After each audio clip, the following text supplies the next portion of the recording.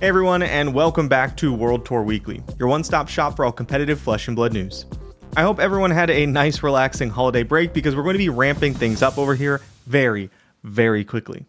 Not only do we have the post-ban meta changing rapidly, but the competitive season is already in full swing with both a calling and road to national events this past weekend. On top of that, we also have a bunch of pretty cool reprints in the new set Compendium of Wraith. Let's get into it. I want to start us off today by going over some of the holiday spoilers we got for Compendium because they're just so cool. Up first is a classic, one of my all-time favorite Flesh and Blood cards, Enlightened Strike, with some pretty cool new art that makes her look like Zeus discovered anabolic steroids. I'm pretty hung up on this one. I love the new art, but the old version has like a timelessness to it that I also really enjoy, so I'm not sure which version I'm going to be playing moving forward. Up next is another banger in Stonewall Gauntlet. This generic arms equipment has been pretty popular lately, especially in some decks like Verdance, and it comes in two different versions. The standard version on the left, which comes in the set itself, and the Antiquities version on the right, which comes in the Antiquities packs. We get a pretty fancy new Crown of Dominion too, this one specifically in gem packs. And last but certainly not least, Command & Conquer is getting reprinted again, both in the set and in the Antiquities packs. Obviously, these are all pretty big reprints, and hopefully will let newer players have easier access into competitive formats while giving more entrenched players something cool to chase after. Moving on from the Compendium discussion, let's talk about what's been happening in recent events in today's Metagame Minute.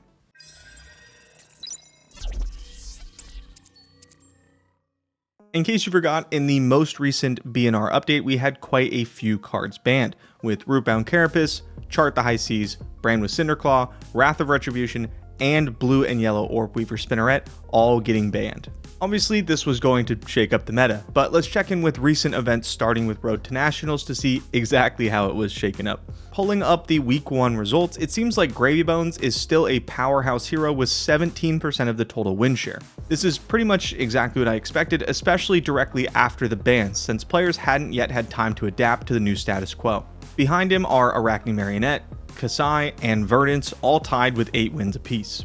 Syndra saw a pretty precipitous falloff compared to the other heroes that were hit by the banned and restricted announcement. It is possible though that this is due to players moving elsewhere after the bans, as opposed to the deck actually losing such a significant amount of power. The most surprising thing about the Week 1 wins for me is that Acilio is so far down.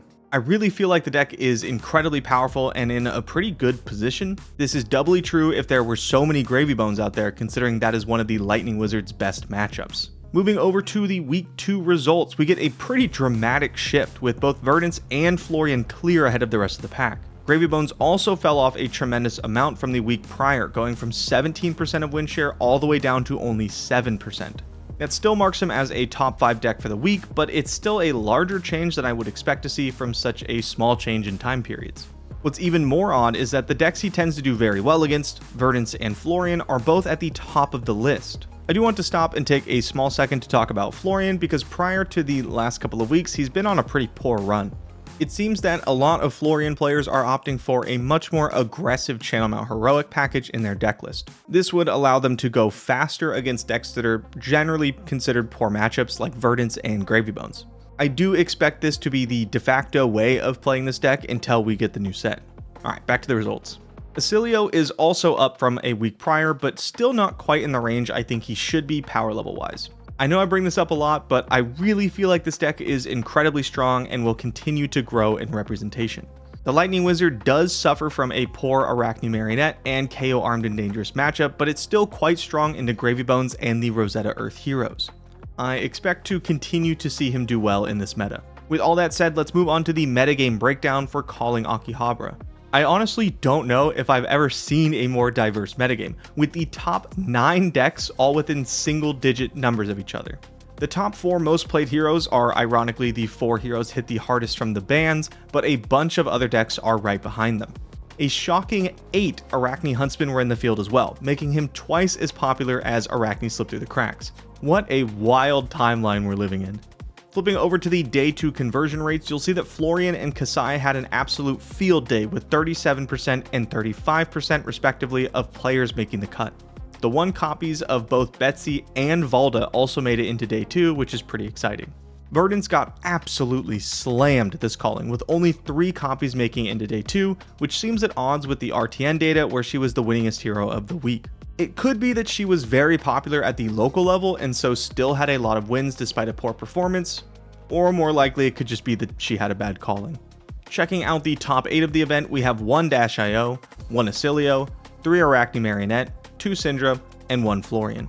Obviously, Marionette had one hell of a tournament with 3 copies in the top 8, but I'm not sure we should expect this to continue in the next couple of weeks.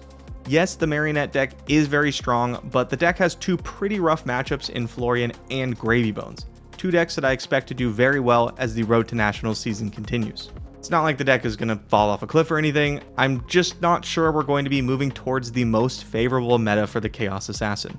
But the deck is still super powerful, so I suppose we'll have to see. One last quick thing to talk about before we move on, some heroes are getting pretty dangerously close to hitting Living Legend. As we saw from the RTN data and the most recent calling, Florian is poised to have a pretty good season and he's already at 936 Living Legend points. If he continues to perform the way he did this last weekend, he'll probably be gone sooner than we expect. KO Armed and Dangerous is also pretty high up there with 886 LO points. Although I don't expect him to continue to gain them quite as quickly as Florian though. On the flip side, Verdance is already at 763 Living Legend points and she gained 533 of those during the Super Slam season. While I do expect the recent bans to slow her down, she was the winningest hero of the RTN season this week, so we'll have to see. I don't think we can expect to see Syndra or Kasai go anywhere this season as well. They have quite a bit to go and both seem to be slowing down. Now, with all that covered, let's talk champions in today's weekend winners.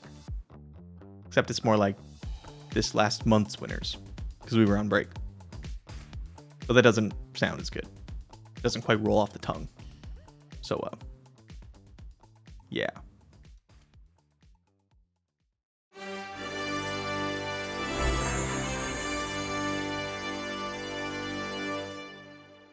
Okay, we have quite a few events to go through, so let's just jump right into it.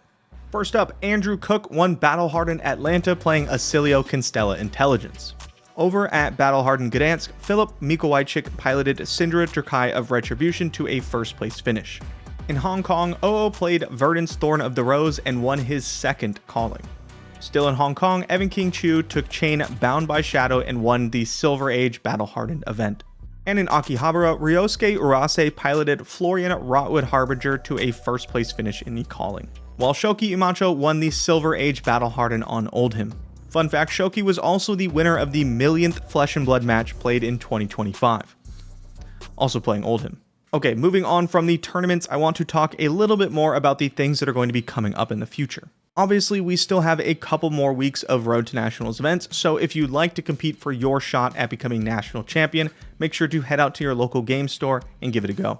You can win some pretty neat prizes on the way too. This upcoming week, we also have Calling Columbus, which I will be attending. Now, I've been talking about how I think Acilio has been undervalued by the competitive player base for a few months now, so I've decided to put my money where my mouth is and register the Lightning Wizard for this event. I'll let you all know how it goes, so make sure to tune into next week's episode. That's all I got for this video. Thank you so much for watching. I'm Majin, and I'll see you next time on World Tour Weekly.